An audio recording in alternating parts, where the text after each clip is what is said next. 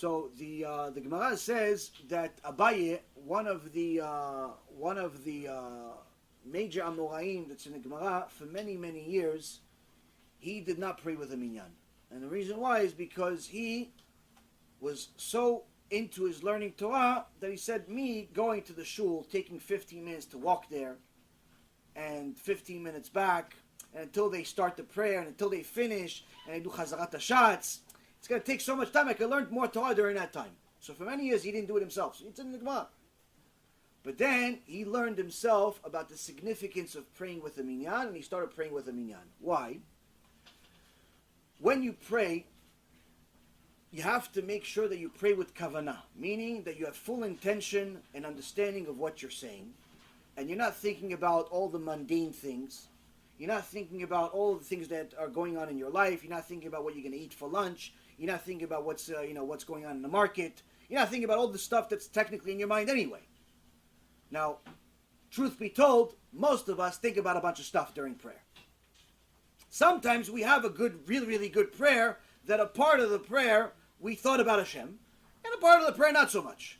Sometimes we're fantastic the whole time we thought about Hashem, but that's not common. It's not common.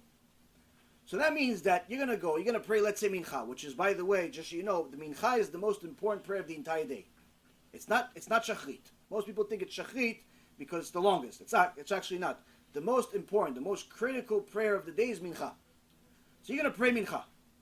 And reality is that you're going to do Amidah, and out of the Amidah, you got 19 brachot, 6 of them were good.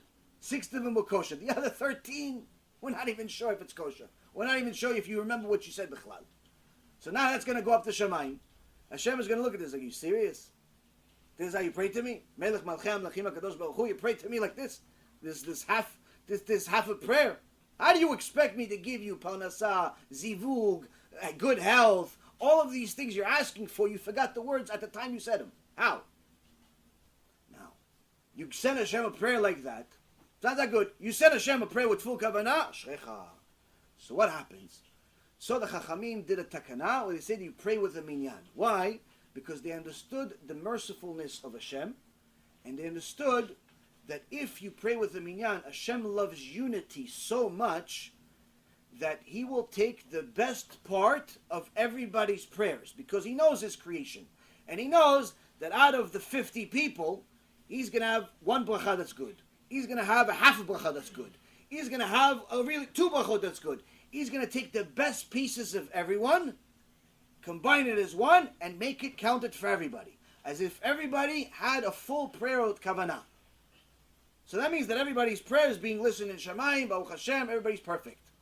On the other hand, you pray by yourself, what ends up happening is that if you have kavanah, sometimes it's even better than being a minyan. But if you don't have kavanah, then you're sending Hashem like like kosher, but we're not really sure if it's really kosher.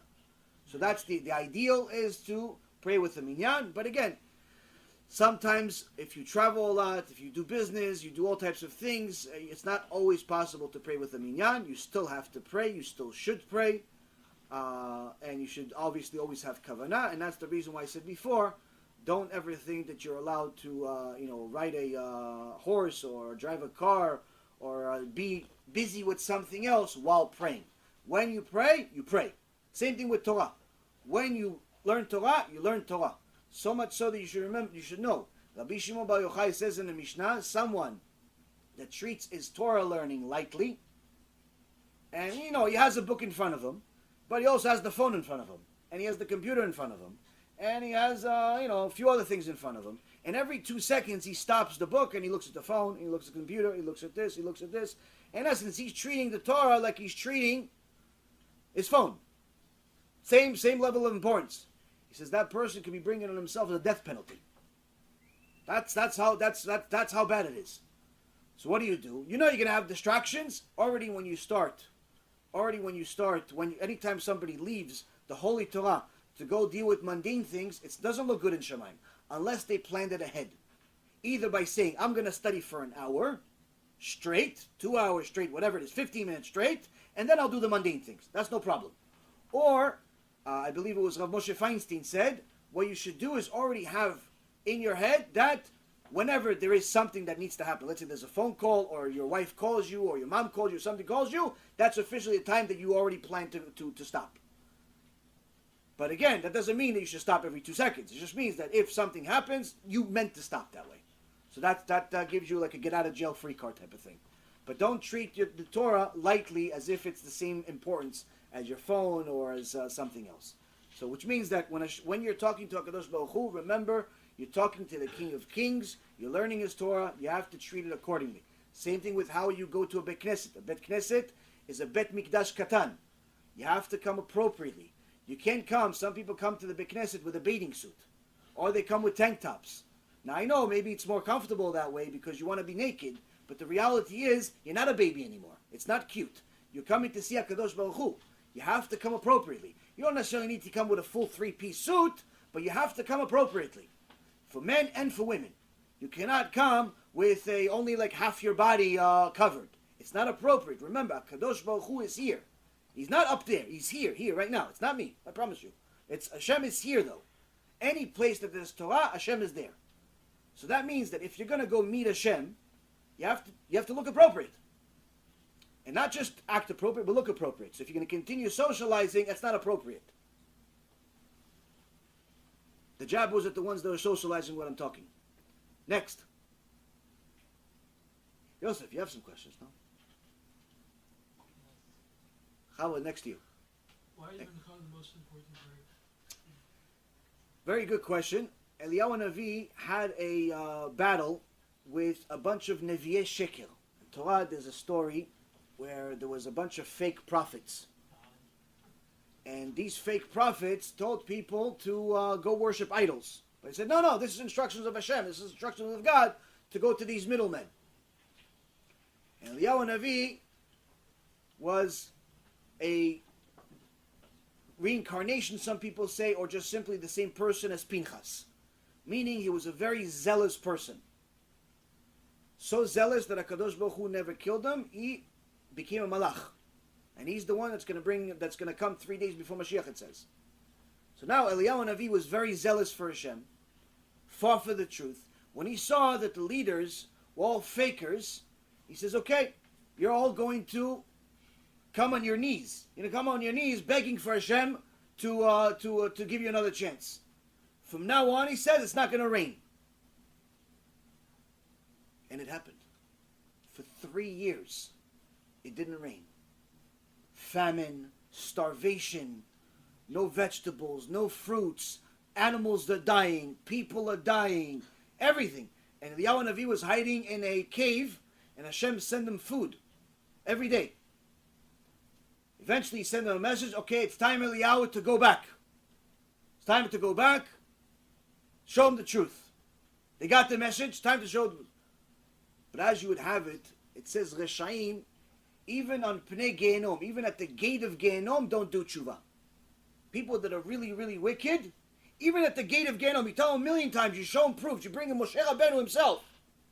Moshe Rabbeinu himself, you bring him? No, maybe it's this, maybe it's that. They got a lot of questions. Until the gate of Gehenom. Why it says until the gate of Gehenom? Because inside Gehenom, everybody knows the truth. Everybody knows it's not worth it to sin. Inside Gehenom. But until the gate, they're still trying to fight the battle. Still trying to win the battle. Point being, Rabotai, these wicked people, these fake prophets, continued with their argument, and Eliyahu Navi wanted to show a big Kiddush Hashem and show everybody the beauty of the Torah, the beauty of HaKadosh Baruch Hu, but the emet. So he said, okay, this is what we're going to do. Every one of you, fake prophets, you get a mizbeach, and you do a sacrifice to your God. And I'll do a sacrifice to Hashem. And whatever sacrifice gets accepted by heaven, that's who God is. How do we know it's accepted by heaven? It has to be a heavenly fire. A heavenly fire has to come and burn the korban. So, everybody is riled up. All types of things going. Everybody makes their mizbeach. They bring their korban. And each one of them starts doing their prayer to their idol, but nothing happens. They pray a little more, nothing happens. They pray a little more, nothing happens. Eliyahu Navi is just sitting there laughing at them. There's thousands of people, millions of people watching this thing. And the Yaron says, no, maybe your idol can't hear it. You should say it louder. And say it a little louder. Your idol can't hear it. No, say it a little louder. Maybe he's hard of hearing. He's old. After a while of making fun of them, he says, let me show you who HaKadosh Baruch Hu is. And he not only put the korban on the mizbeach, but he actually put a bunch of water on it, making it to the extent that it was literally a puddle on top of it. Now to burn something is one thing, but to burn something that's in water, it's against nature. He literally made a puddle, and then he prayed to HaKadosh Baruch Hu at the time of mincha. At the time of mincha, he says, Hashem, please show everybody you are God. And a fire from heaven came and burned not only the korban, it actually burned the water. And that's why the Gemara Masechet Yoma says there are several different types of fire.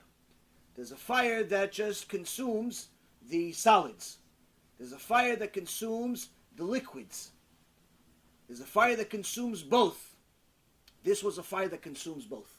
This was the fire that consumes both solids and liquids. This is the fire of the Shekhinah, it's called. The fire of the Shekhinah consumes everything. Nothing is more powerful than it. So this is the fire that Eliyahu Navi did, and we learned from there that he did it specifically at the time of Mincha, because he knew that that's the ideal time to pray to HaKadosh Baruch Hu. Good question.